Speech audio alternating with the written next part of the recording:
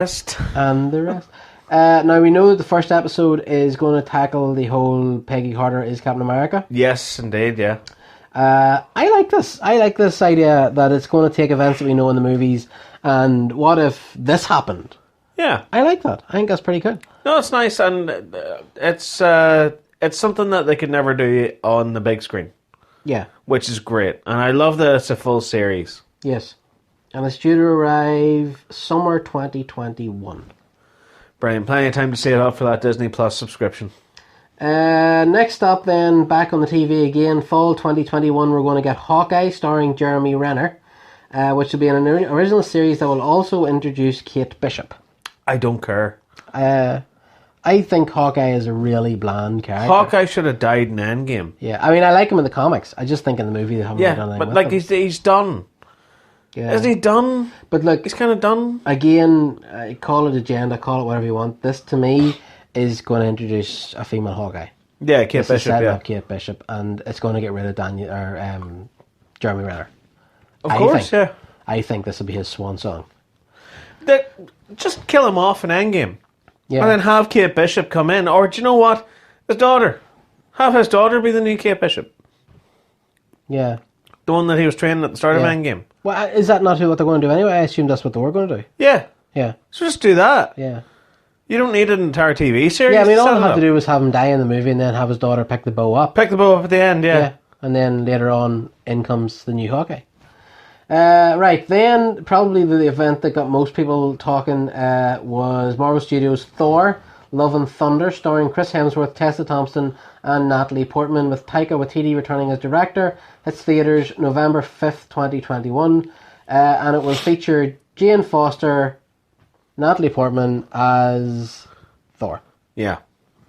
And it also, Tessa Thompson's Valkyrie will be involved as a major LGBTQ storyline as Asgard's new ruler, and as a queen, as the king, she will be seeking out her queen.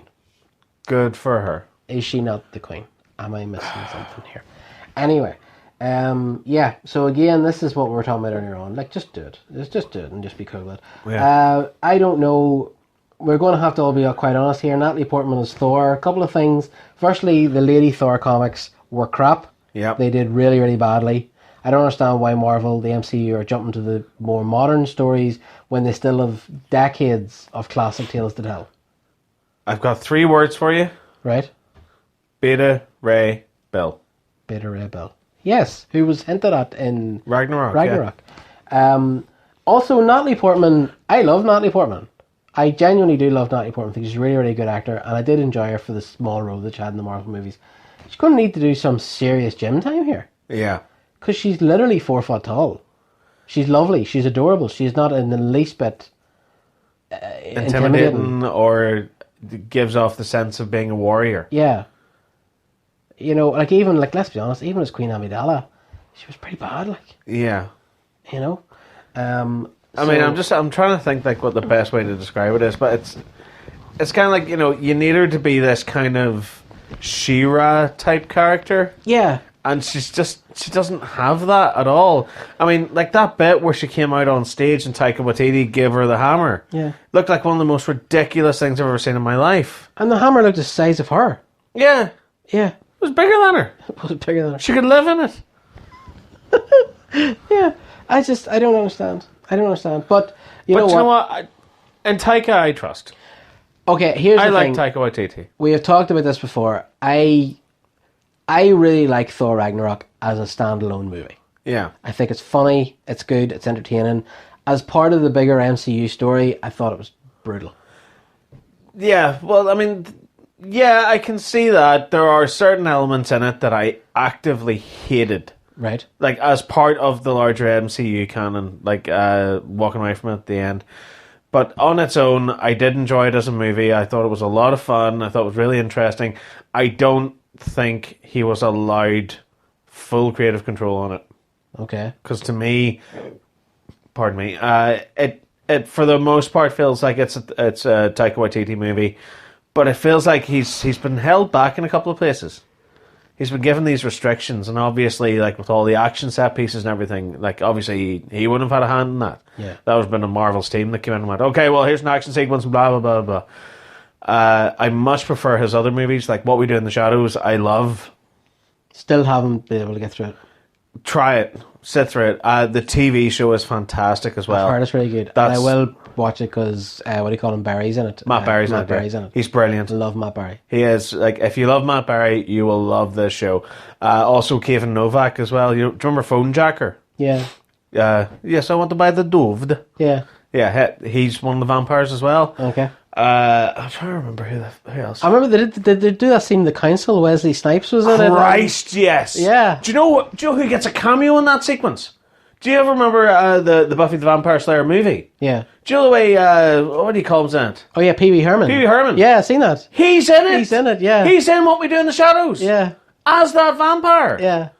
What the hell? I know. Yeah. I mean, this is the thing. We're talking about like the CW and all the cameos it could have. Like if that show can get all those kind of actors together, just for a couple of minutes. Yeah.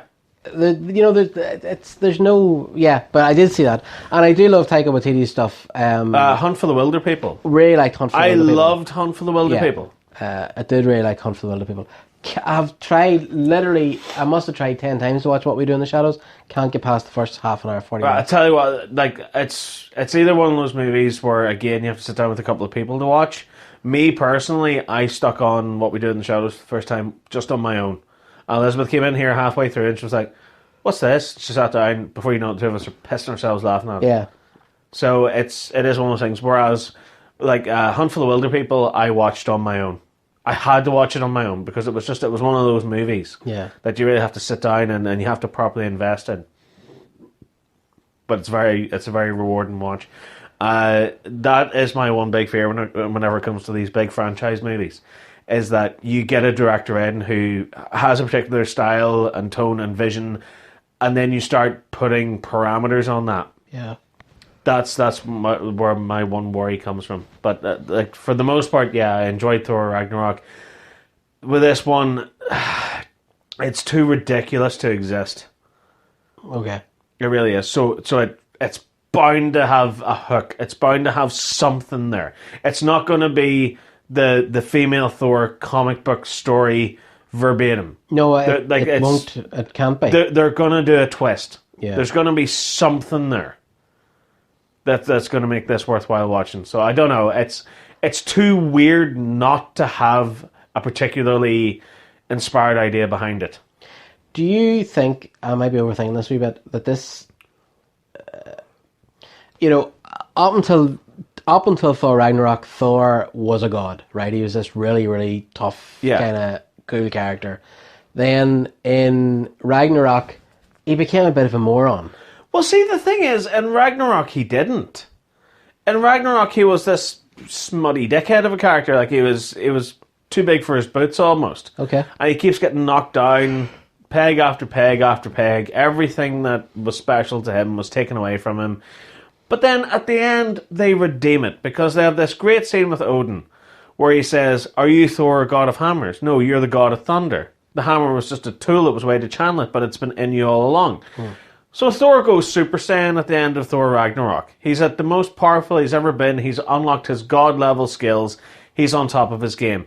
Get to the start of Infinity War, Thanos is holding him by the scruff of his neck. Yeah. What the hell? But that's what I'm saying, because it almost felt like, remember the scene where he threw the ball and the ball hit him and knocked him over and stuff? Yeah. I was like, oh my god, that's Thor. It just sort of felt like they made him stupider than that. And then in Endgame, they made him fat. Yeah. And by the way, I'm carrying weight, so I'm not body shaming here, and I get to say this, okay? Oh, yeah. He was fat. He was fat. Yeah, he was a fat guy. And now, then Captain America picked up Mjolnir, and now Natalie Portman's going to have... So it's almost like at the end of this arc of movies, Thor is nothing special anymore. Yeah, I can see that. Well, I mean... It's like the deconstruction of Thor. Yeah, but I get that. I get why they did that, because Thor on his own is a very boring character. He is, but... Like, I enjoyed the first Thor movie, mainly because it was directed by Kenneth Branagh, and the fact that Kenneth Branagh directed the Thor movie was insane in its own right. But the trouble is, he used like Dutch angles for literally every shot. Yeah. And it was the most weirdest experience ever. I remember sitting in the cinema going like, is the screen slanted? Like, what the hell? Every shot is a canted angle. What's going on? Yeah. But yeah, and then we get to The Dark World. One of the most bland, most boring, forgettable movies ever. I hate it. I actively hate The Dark World. Stop trying to make it a thing, by the way. Because like they even brought it back in Endgame. Like where they went back and revisited the events of that movie. But Thor himself as a character is boring. I know. Like, yeah, he's a fun character in the first one because it's a fish out of water, tra-la-la. And then the second movie is just the exact same thing again. So you needed a Ragnarok. In fact, that's what I call it now. Whenever a character is not quite there yet, they need a Ragnarok. Like Captain Marvel, for example. Like that needs to go banana balls when it gets a sequel. Yeah. It can't be more of the same.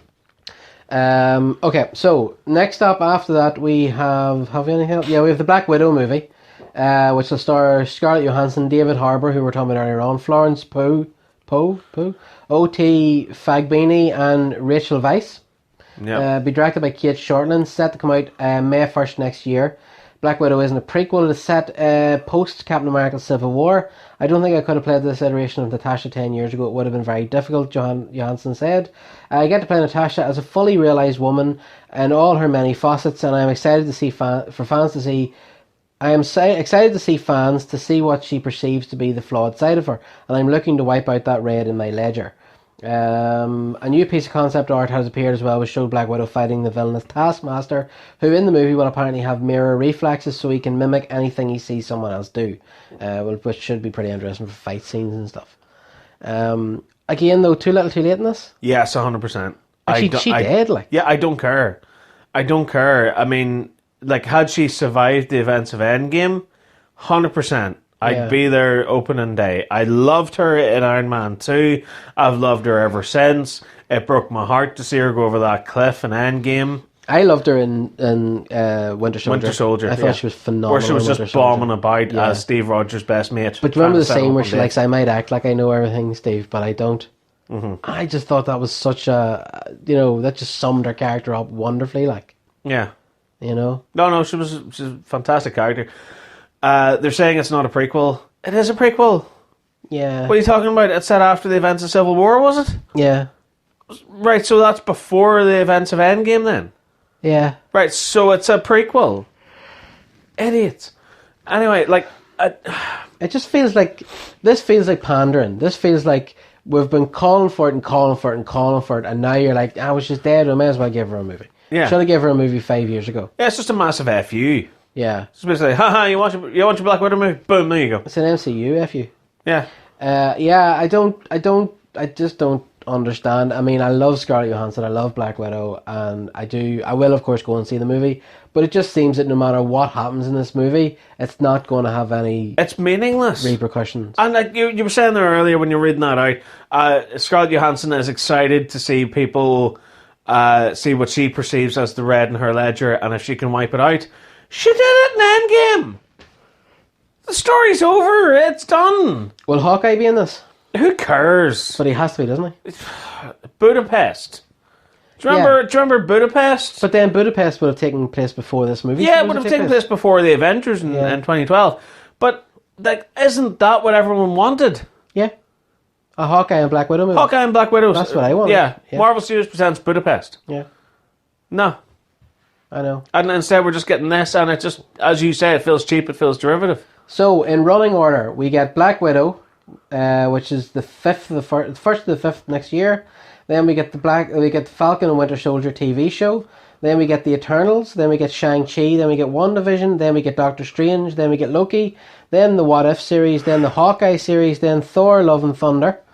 Now, at the end of all that, that is Phase 4. Now, the first thing that we would notice here, the first thing that I noticed here was there's no accumulation. There's no Avengers. There's no... Do you know what I mean? Yeah. These movies aren't going to be tying together towards something. They're all little standalone adventures. Not yet, anyway. Yeah, I mean, obviously in Phase 5 they might do something. Yeah. But in Phase 4 there's not. Now, at the end of it as well, Kevin Feige talked He was like, oh, you know, we're running out of time. We didn't have time to talk about Guardians of the Galaxy 3. We didn't have time to talk about Captain Marvel 2. We didn't have time to talk about Black Panther 2. And then he said we didn't have time to talk about Fantastic Four. And we didn't have time to talk about mutants. Which is an interesting thing.